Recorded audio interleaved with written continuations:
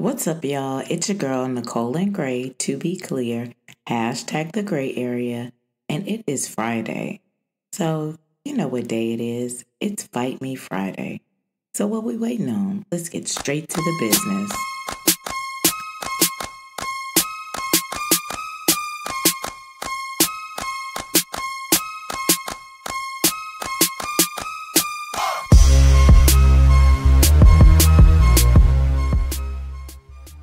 Look, if you're anything like me, Fridays is one of those days where just about anybody can get it. Boss has been nagging all week, kids running amok, the traffic, Lord, the traffic. So from now on, Fridays, I've resolved I'm not going back and forth with nobody. And if they don't like it, they can fight me.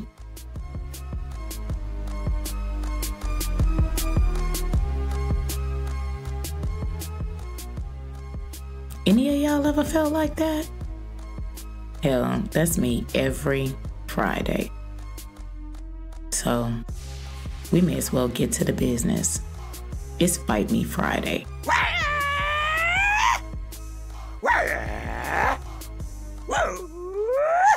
Folks who compare Taylor Swift to Beyonce are lame.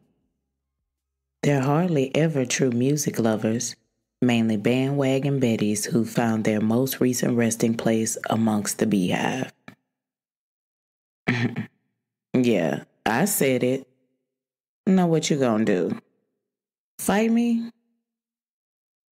Bring it on.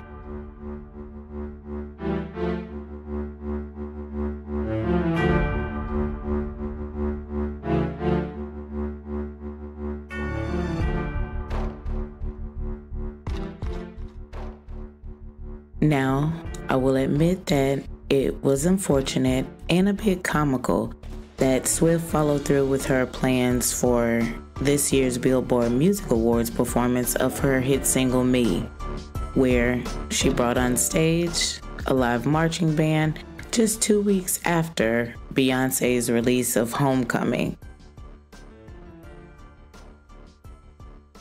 Homecoming is a concert documentary written, directed, and executive produced by Beyonce herself, which is about her and her iconic performance at the Coachella Valley Music and Arts Festival in 2018.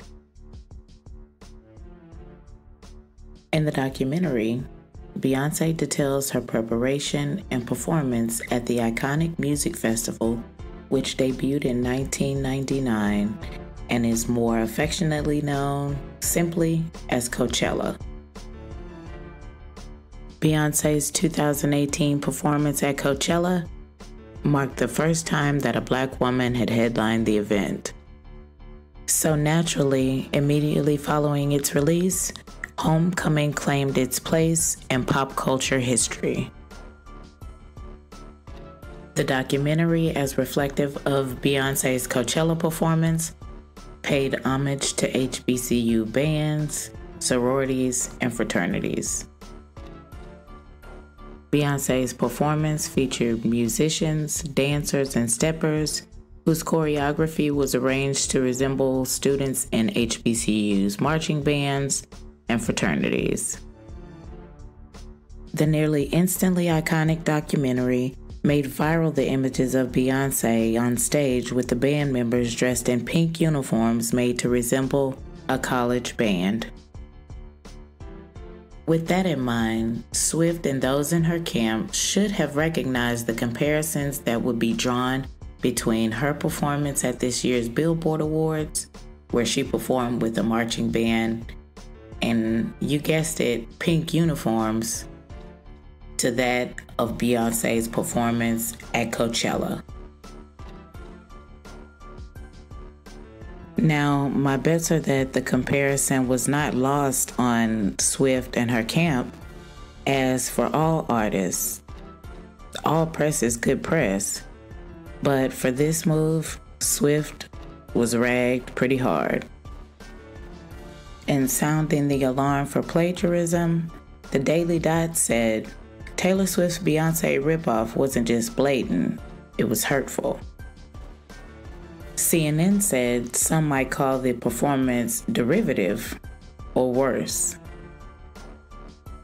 The Guardian said this controversy is about more than one performance. It's about the long history of Black women's achievements being ignored, appropriated, and undermined.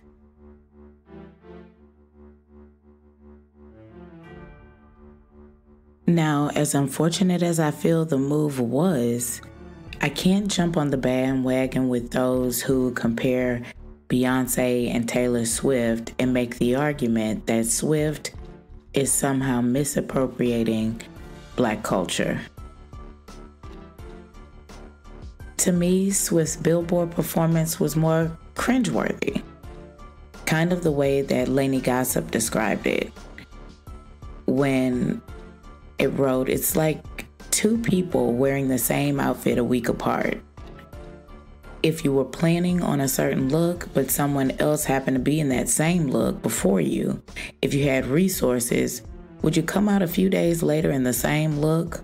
Or would you maybe wait a while before you decided to go out there in that look?" So to me, the misfortune of the incident was more that it was a fashion faux pas.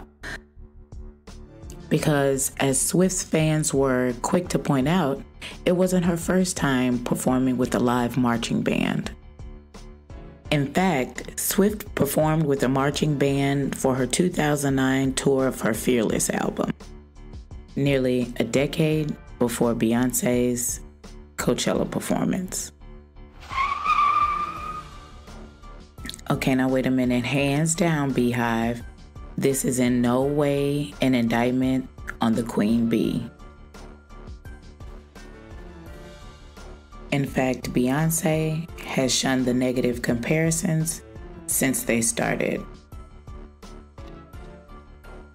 Now, many of you may recall another iconic pop culture moment when at the 2009 VMAs, Kanye West rushed the stage as Taylor Swift was accepting her award for Best Video by a Female Artist.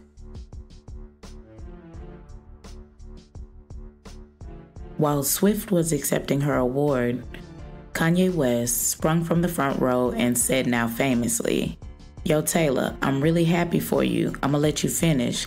But Beyonce had one of the best videos of all time. One of the best videos of all time." It can be held that Kanye's outburst was the beginning of the foolishness. Now, as I said, Beyonce has shunned the negative comparisons from the beginning, and immediately her dismay was reflected in the audience as she mouthed, "Oh, Kanye," in disbelief. In fact, later in the evening of the 2009 VMAs, when Beyonce won the award's top honor of Video of the Year for Single Ladies, she invited Taylor on stage to give her acceptance speech. Following the VMAs, all outward signs present that there is no actual beef between the two singers. Which brings me back to my original point that folks that compare the two are lame.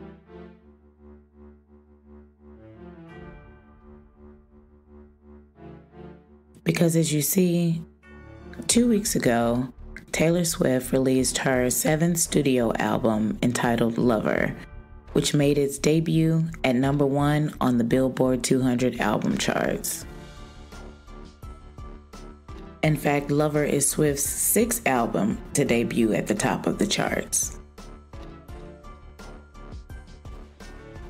So for those quick to jump on the bandwagon of misappropriation, Taylor Swift is an artist of great accomplishment and acclaim in her own right.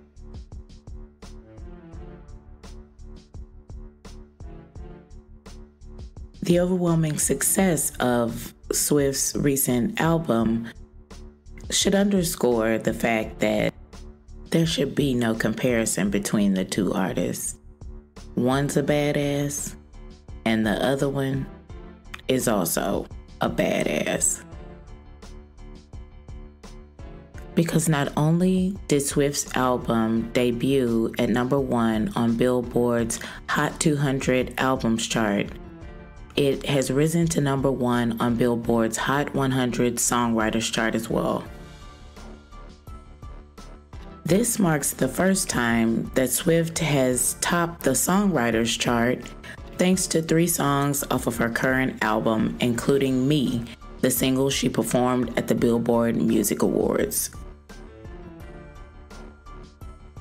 As a true music lover, I have enjoyed Swift's new releases. And in fact, I expected that in a live performance of Me that she would use a live marching band, since the bridge that connects the verse to the chorus features a snare cadence.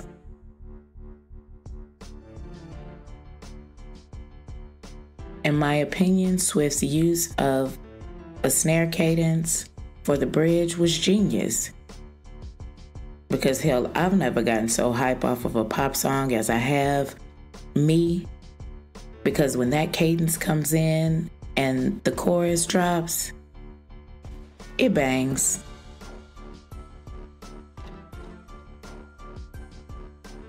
Now, I know taste in music is one of those things that is truly relative, so you may not dig the song the way that I do, but if you're a true music lover, you can appreciate the song for what it is and not have to make silly comparisons to other artistic works. That pretty much brings me off of my soapbox. But for those of you who are still caught up in whether or not to jump on the bandwagon and shun Taylor Swift as a copier, I'll end the podcast with her words. In one of Swift's songs to top the songwriting charts, You Need to Calm Down, she says this: "You are somebody that I don't know, but you're taking shots at me like it's Patron, and I'm just like, damn, it's 7 a.m. Say it in the street, that's a knockout, but you say it in a tweet, that's a cop-out, and I'm just like, hey, are you okay? Hey, listen to the rest of it for yourself. But trust me, she left the haters on read." So despite needing no help from me, I'll repeat it again. Folks who make negative comparisons between Taylor Swift and Beyonce are lame. Yeah, I said it. So till next week, I'm out.